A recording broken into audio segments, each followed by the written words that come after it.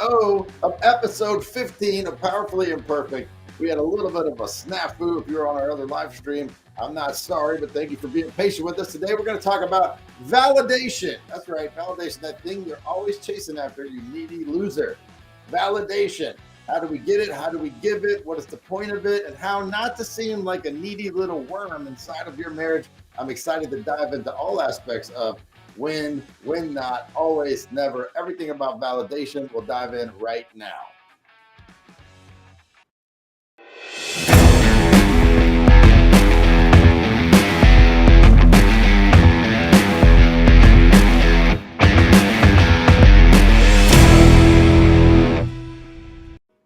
Look, let's just start off this validation call with Whitney. Will you please tell me I'm pretty? Listen, you are pretty, but seeking validation from our partners will disappoint us over and over and over again. And yet we still continue to do it. And I think this is just part of being us, being a couple. Like, I want your validation. And I also know that I can really only validate myself. Yeah, I think one of the things about validation that's interesting, there's another lesson that we teach about intentions versus actions, right? So most people will judge their partner by their actions and judge themselves by their intentions. So they know, well, I didn't mean to hurt their feelings, so that doesn't count because my intention was good. The action I took hurt their feelings, but I didn't mean to. And in a relationship, if you keep judging yourself by your intention and other people by their actions, you're going to have a problem. Now, it's hard to judge other people by their intentions because you're going to have to give them the benefit of the doubt. But we teach all the time, try to judge other people by their intentions and yourself by only your actions, the action only. That produces a powerful life. With validation, it's so similar, right? If I am seeking validation, I will be let down every single time because either Whitney won't do it or she won't do it the way I want it or she won't see the thing, right? Do these pants make my butt look fat? Really be better if I just said, I think these make my butt look fat, or I think these look great. What do you think, right? Like anytime I'm seeking validation, I'm in trouble. Now, here's the flip of that though. When I'm giving validation, there's almost no trouble to be had. So if we can stop seeking validation and start really seeking to give validation, it changes the whole equation inside of us. Because validation is an absolute it's an absolute valid and essential part of any relationship, any marriage, any long-term relationship. Yeah, but you know what? It's really easy to think about. Like, okay, I can see my partner by the things that he does, his actions, right? But I live with my intentions. Like, I know, like, hey, I didn't intend to hurt your feelings. I didn't intend to do this. And I oftentimes don't even go to my actions. I think about my intentions. And then, like, when we are in conflict, right? When you're seeking that validation, which I know that I'm really awful in these moments, especially like what I do oftentimes is I justify. And that gets me nowhere. That's a definite don't in terms of validating your partner. Don't justify and defend your own actions. Trust me, I've learned this the hard way. And it's hard to be in that conversation sometimes. And for Kevin to point out to me, hey, you're not doing this, this, and this, and I want this, this, and this, and I instantly go into defense mode and validate what I'm doing instead of actually hearing and listening and validate what he's talking about. Yeah, remember that justification is masturbation, right? It's just you making yourself feel better and no one else is involved because no one else really cares.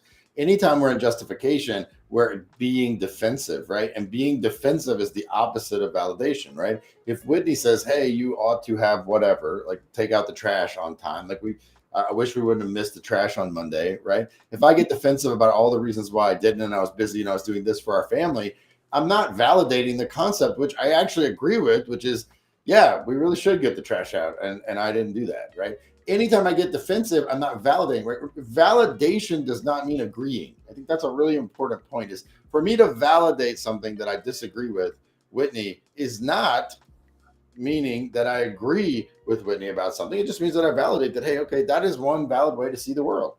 Okay, I see your point. And there's so much value in that.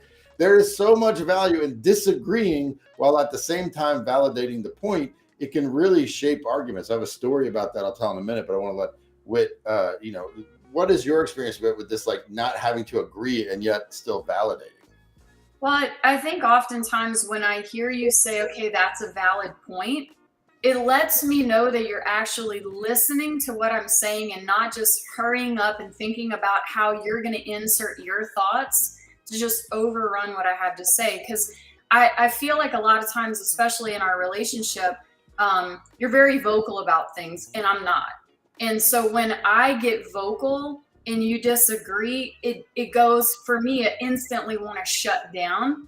And so when you validate me by saying, hey, like, I hear what you're saying and I disagree, that's saying, okay, he's actually listening. He's not just over talking me and then shutting me down. I think that that's so important, is to be able to tell your spouse or your whoever you're in a relationship with, your boyfriend, girlfriend, whatever, to be able to tell them, to validate that you heard them. Hey, I think the point that you're making is this, is that right? There's so much power in just telling back the person what they just said to make sure you understand it before you launch off on your commentary, because most of what they just said, especially if you've been with your partner for any amount of time, you probably imagined 50% of what you heard because you've had this conversation 30 times before.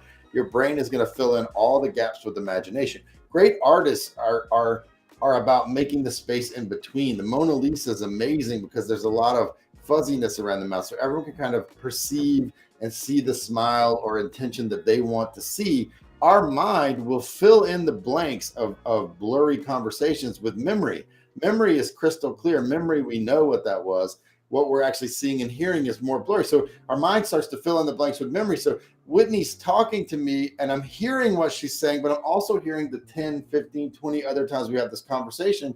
So sometimes I'm not even here. She may have a whole new point, but the words at the beginning sound a lot like her old point. I just assume I know what she's going to say, and I start preparing my, launch back of why that's dumb for the 20th time, and it wasn't even what she was saying. So that's when we stop listening. That's when we stop listening to our partner, because we are already down the road with, oh man, he's already said this or she's already said this, and I know where this is going. And so I stop listening, and therefore the validation falls off the cliff. Well, and I think actually listening is one of the biggest first steps of validating your partner, is listening. And if this is how you listen, I mean, the number of times we have a conversation and then all of a sudden something happens and someone's looking down, and it's infuriating to me. Because it's invalidating that what I'm saying even has value over who knows, Candy Crush or Heyday or some other dumb shit. This literally happened to us yesterday morning. We were on a walk, and I don't even remember the specific conversation that we were having. But Kevin is in the middle of telling me something, and I looked down at my phone. I looked down at my phone, and he's like, really? I just told you XYZ, and I lost you to Heyday, or I lost it. It's a game that I've fallen. It's a game we play with the kids. Like my kids are walking around the living room, like, hey, do you have bacon sandwiches? I'm like, what are you guys talking about? So Whitney's engaging with our kids, and it sent some random notification, which of course we have kids at school. I mean, when we get notifications, and we have like 5 humans around the world who something could happen, but she looks down, and I just happened to see what it was because, I was annoyed and hurt and feeling invalid. And I said, really? I'm talking about something important, and we're going to go to Heyday? And I don't think Whitney intentionally was like, let me pick up Heyday. And I instantly want to justify that, right? I instantly go into defense of, oh my gosh, here I am because I'm caught, right? And we don't want to be caught. We don't want to be wrong. And it's like, I literally was caught in that moment. And so I wanted to have my rebuttal, but instead in that moment, instead of having that rebuttal, what if I just said, you know what? You're right. And I think I did that. I think I just said you just put your phone. You just put your phone in your pocket. It was awesome. It was like one of the few times. Normally that would be its own explosive, me getting, because by the time when I saw what it was, I was like, you got to be fucking kidding me. Like, I'm really trying to figure some serious shit out here with Heyday. Come on. And you just looked at me, nodded, and put your phone in your pocket, which was amazing. I felt totally validated. In fact, it helped a ton. So it was great. It was just really great. And I think, you know, in those moments of, hey, I put the phone away, I got myself in trouble, and I'm not like from my dad or anything, but inside of my relationship, like I want Kevin to know that he's important enough for me to listen to him. And the fact that I like put my phone away and apologize, that's a validation. And then the other, like he could have come back and say, hey, I really appreciate you picking that up and seeing how important this conversation is. If we just go back and forth with one another, because I think a lot of times we instantly go into defense, we instantly want to just pick and engage in that fight instead of saying, hey, like something different happened. I mean, we've been together for over 14 years now, and he could have picked up that Rolodex. Here I am aging myself a little bit. That Rolodex of all of the times that I didn't do the quote unquote right thing in that moment, but he chose not to. He chose to say, okay, yeah, she did what I wanted her to do, and now let's move on. So here's a tactic for when you're really disagreeing. Okay. So for validation, right? Whitney and I, this is a long time ago, 8 years ago. I started to kind of, if you looked at our relationship, right? Like, let's say like cleaning up the house, helping with the kids, making shit happen. At that time, I was really not much. Like I was really not doing a lot. And I started to realize that, wow, my side of the street and our relationship is really dirty. Like I'm not carrying my weight at home. I am other places, but I'm not. So I started working really hard to make this happen. Right. And as I got better, it created this weird dynamic where, like, you know, we had a history of me not showing up, but I was showing up, and we would start to have arguments, and Whitney would go back to the history, but that wasn't true anymore. And what was weird is she would be right. She would say, well, you didn't show up to whatever, but I had changed, and that was true, but I had changed. And I learned to say, you know what? You're right. In the middle of an argument, when I'm saying, hey, I'm showing up, and she's saying, well, no, you didn't. I learned to validate. Yeah, you know what? You're right. Like 6 months ago, I didn't show up to that. I wanted to course correct that, and I think I'm course correcting it. But notice inside of, yeah, I agree with that. And here's what's different. Another thing, like I remember one time in particular, I was upset because your bathroom was really dirty. I said, hey, look, I don't want to be that guy, but the bathroom is really, it's very cluttered, and it's really starting to get to me. Can you clean it up? And of course, immediately Whitney comes back, well, have you seen your desk, or have you seen, you know?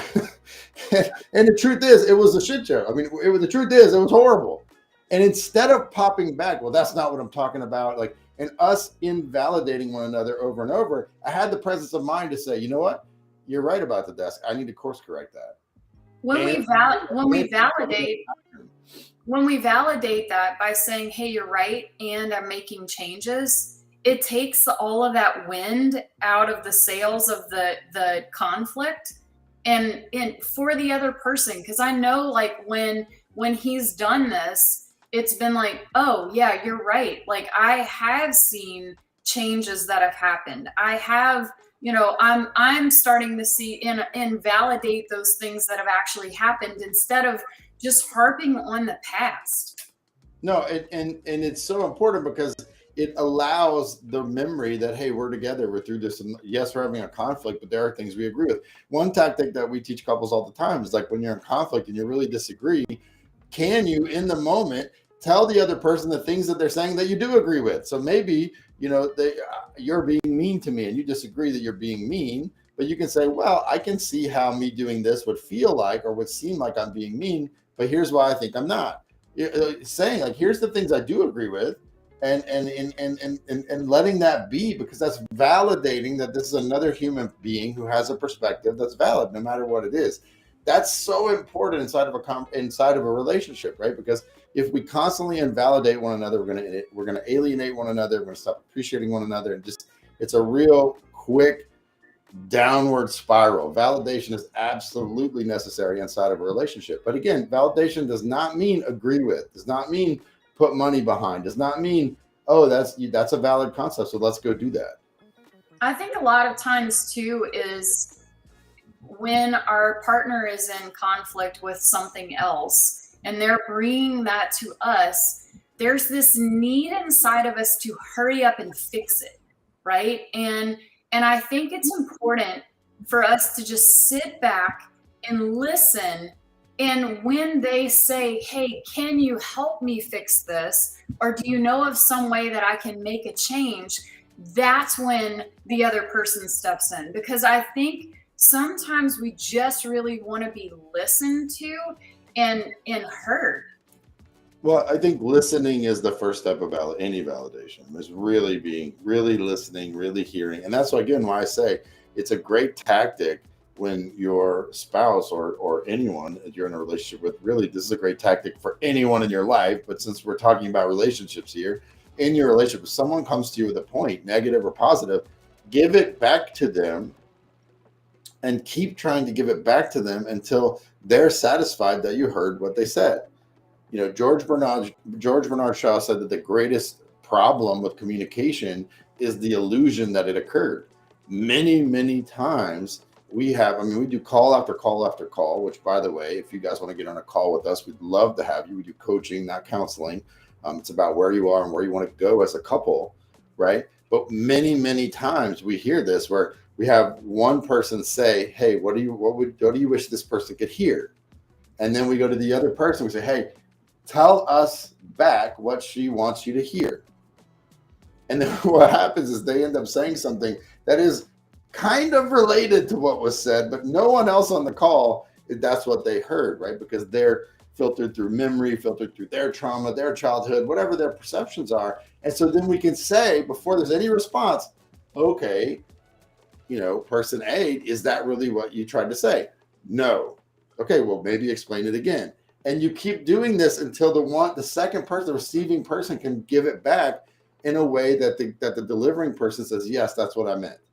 And you would be amazed how many times that just 2 sentences can take 10 minutes for them to come to agreement. But what's also amazing is once everybody understands what's really being said, it's amazing how fast progress happens on the backside, because most of our fights where we weren't listening and we weren't seeing the other person's position as valid in the first place.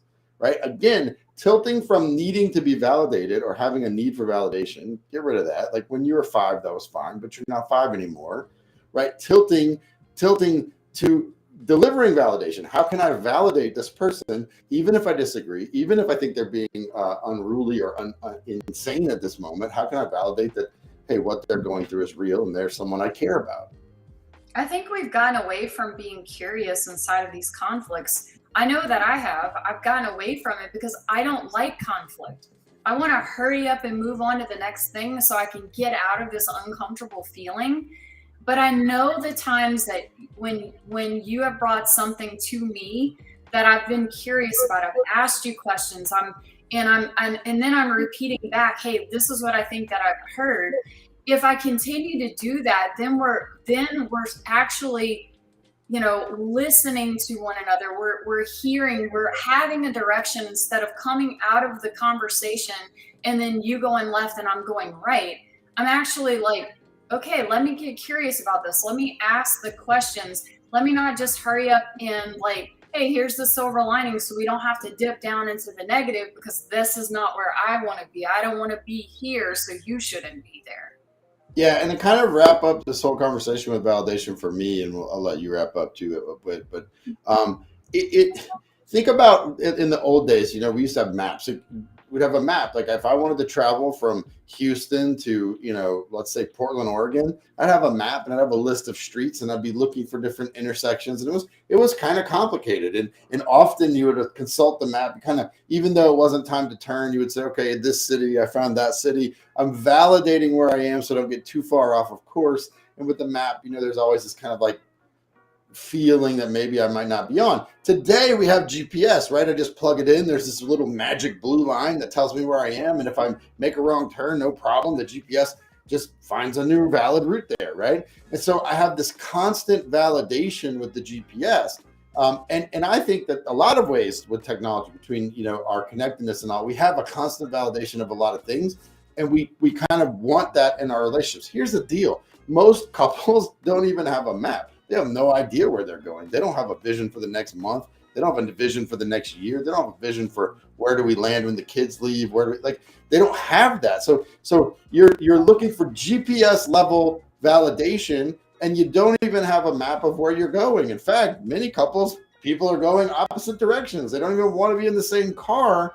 It's going to be very tough to get that. So one part of validation is having common goals, having common communication, and having a common map of where the hell we're going in the first place. And that takes some effort. It takes some effort to actually sit down and have these conversations. It takes time to say, hey, we're important enough to go on a date and actually talk about this, and not just go to the movies and have another screen in our life. Like, what are the things that we want, in this situation, and moving forward, and validating each other, coming with our own personal stuff, because we both have different ideas of how our relationship could work and should work, and all of the upcoming things. I mean, I know we have a kid about to leave for college, and it's like, that's, here we go for the third time.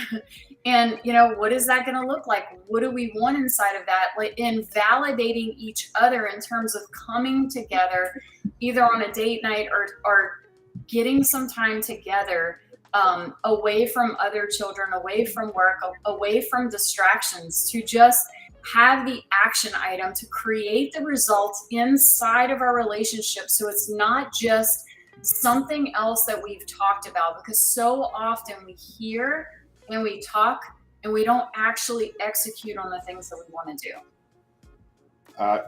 I love it, guys. Validation is so important. What you're sitting here thinking about for the last 21 minutes and 41 seconds, and if you were here for the failed podcast, it's more like 26 minutes and 41 seconds. If what you're sitting here thinking about is all the ways that your spouse or partner does not validate you, you are missing the point. What I'd really like you to be thinking about, what are all the ways you can validate them?